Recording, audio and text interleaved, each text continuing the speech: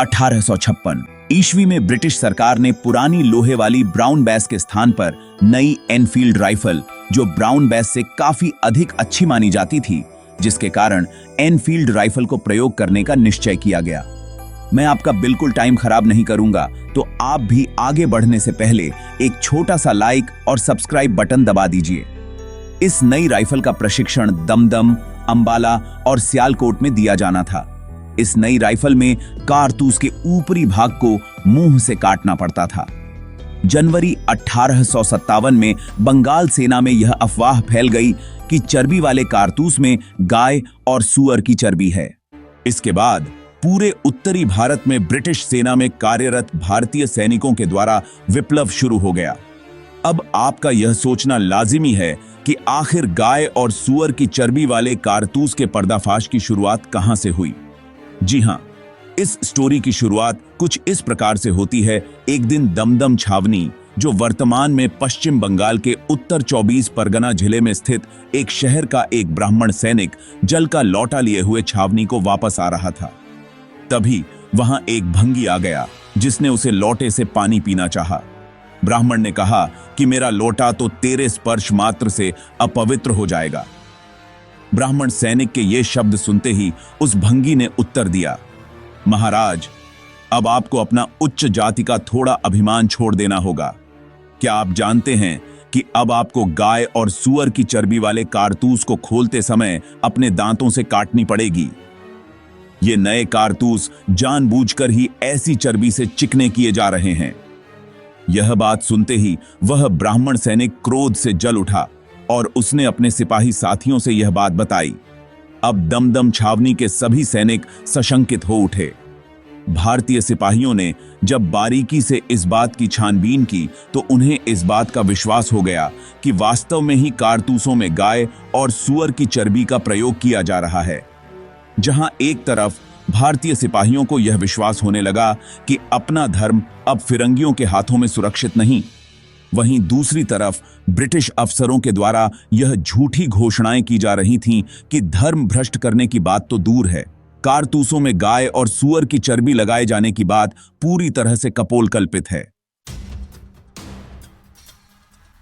अब भारतीय सैनिकों के हृदय में धधकती असंतोष की ज्वाला को दमन नहीं कर पाने के बाद ब्रिटिश सरकार के सैनिक सचिव मिस्टर बर्च को यह सार्वजनिक बयान देना पड़ा कि दमदम और मेरठ छावनी के नए कारतूसों के बारे में मुझे आज तक जानकारी नहीं थी, जबकि उसका यह बयान पूरी तरह से झूठ पर आधारित था।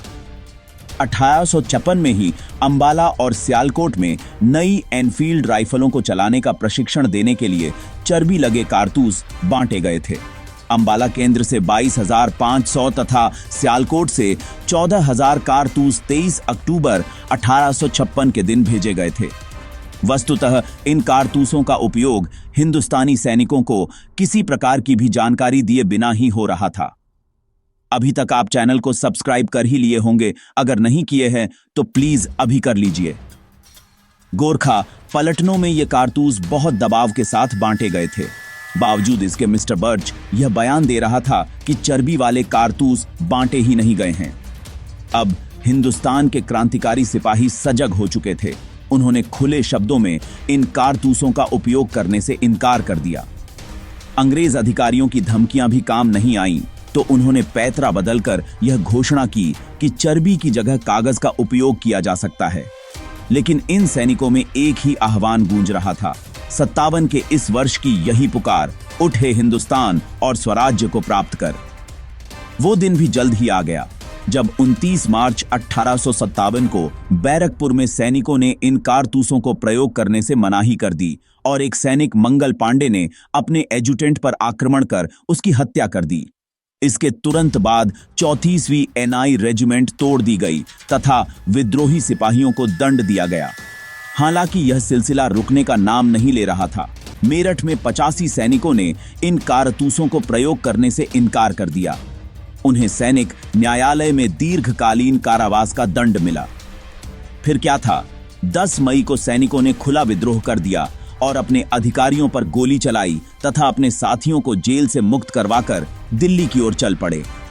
2200 यूरोपीय सैनिकों वाली टुकड़ी का मालिक जनरल हैविट इस तूफान को रोकने का प्रयास भी नहीं कर सका। विद्रोही सिपाहियों ने शस्त्रागार के कार्यवाहक लेफ्टिनेंट विलोबी को पराजित कर 12 मई को दिल्ली पर अधिकार कर लिया। इस झड़प में कई अंग्रेज अफसर मारे गए। विद्रोहियों ने बहादुर शाह जफर को भारत का सम्राट घोषित कर दिया। यह विद्रोह देखते ही देखते समस्त उत्तरी भारत तथा मध्य भारत में फैल गया। लखनऊ, इलाहाबाद, कानपुर, बरेली, बनारस, प्रयाग, बिहार के कुछ हिस्से, झांसी और कुछ अन्य प्रदेश भी इस विद्रोह में शामिल हो गए। हालांकि अंग्रेजों के सौभाग्य से कई भारतीय शासक राजभक्त बने रहे, जिन्होंने इस विद्रोह के दमन में महत्वपूर्ण भूमिका निभाई। लखनऊ में 4 जून को विद्रोह शुरू होते ही ब्रिटिश रेजिडेंट हेनरी लॉरेंस ने अंग्रेज स्त्री पुरुषों तथा तकरीबन 2000 राजभक्त सैनिकों के साथ रेजिडेंसी में शरण ली। भारतीय सैनिकों द्वारा रेजिडेंसी की घेराबंदी में हेनरी लॉरेंस की मृत्यु हो गई। ब्रिगेडियर इग्लिस ने इस घेराबंदी का जमकर विरोध किया। तत्पश्चात हेवलॉक और आउटरम भी लखनऊ को जीतने में निष्फल रहे। आखिरकार नवंबर 1857 में मुख्य सेनापति सर कॉलिन कैंपबेल ने गोरखा रेजिमेंट की मदद से नगर में प्रवेश किया और लखनऊ को अपने कब्जे में ले लिया। हालांकि सितंबर 1858 तक इक्का दुक्का आक्रमण होते रहे। 5 जून को कानपुर भी अंग्रेजों के हाथ से निकल गया। विद्रोहियों ने नाना साहिब को पेशवा घोषित कर दिया। कानपुर छावनी के कमांडर जनरल सर ह्यू व्हीलर ने 27 जून को आत्मसमर्पण कर दिया।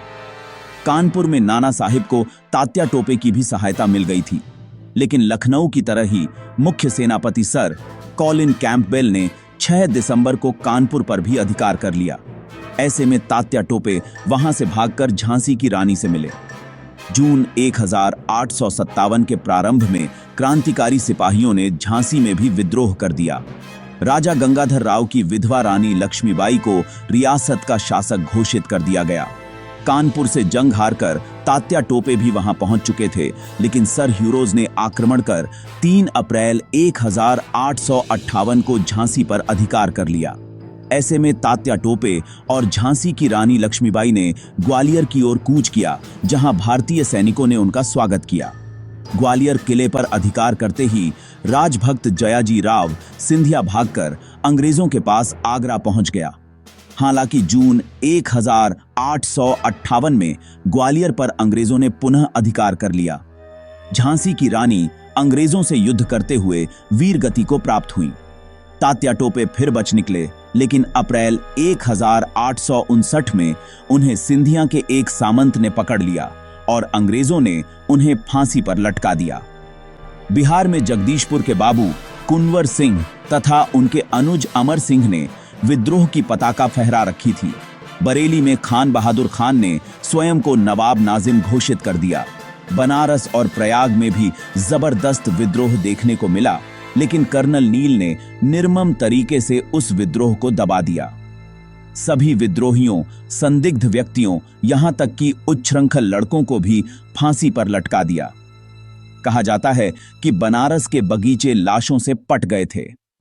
कुल मिलाकर जुलाई 1858 तक विद्रोह पूर्णतया शांत हो चुका था। अगर ये वीडियो आपको अच्छी लगी है तो चैनल को लाइक, सब्सक्राइब और शेयर जरूर कर दीजिए। आपका एक सब्सक्राइब हमारे लिए बहुत मायने रखता है। धन्यवाद।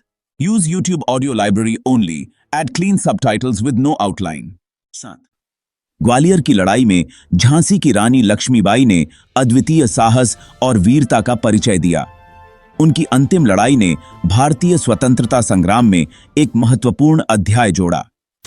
बिहार और अन्य क्षेत्रों में भी विद्रोह की लहर ने ब्रिटिश शासन को हिलाकर रख दिया। स्थानीय नेताओं और आम जनता ने मिलकर अंग्रेजों के खिलाफ मोर्चा संभाला। विद्रोह के अंत में अंग्रेजों ने विद्रोह को दबाने में सफलता प्राप्त की, लेकिन इसने भारतीय स्वतंत्रता संग्राम की नींव रख दी। यह विद्रोह भारतीय जनता के मन में स्वतंत्रता की लौ जलाने में सफल रहा। अगर आपको यह वीडियो पसंद आया हो तो कृपया इसे लाइक करें, सब्सक्राइब करें और अपने दोस्तों के साथ शेयर करें। धन्यवाद।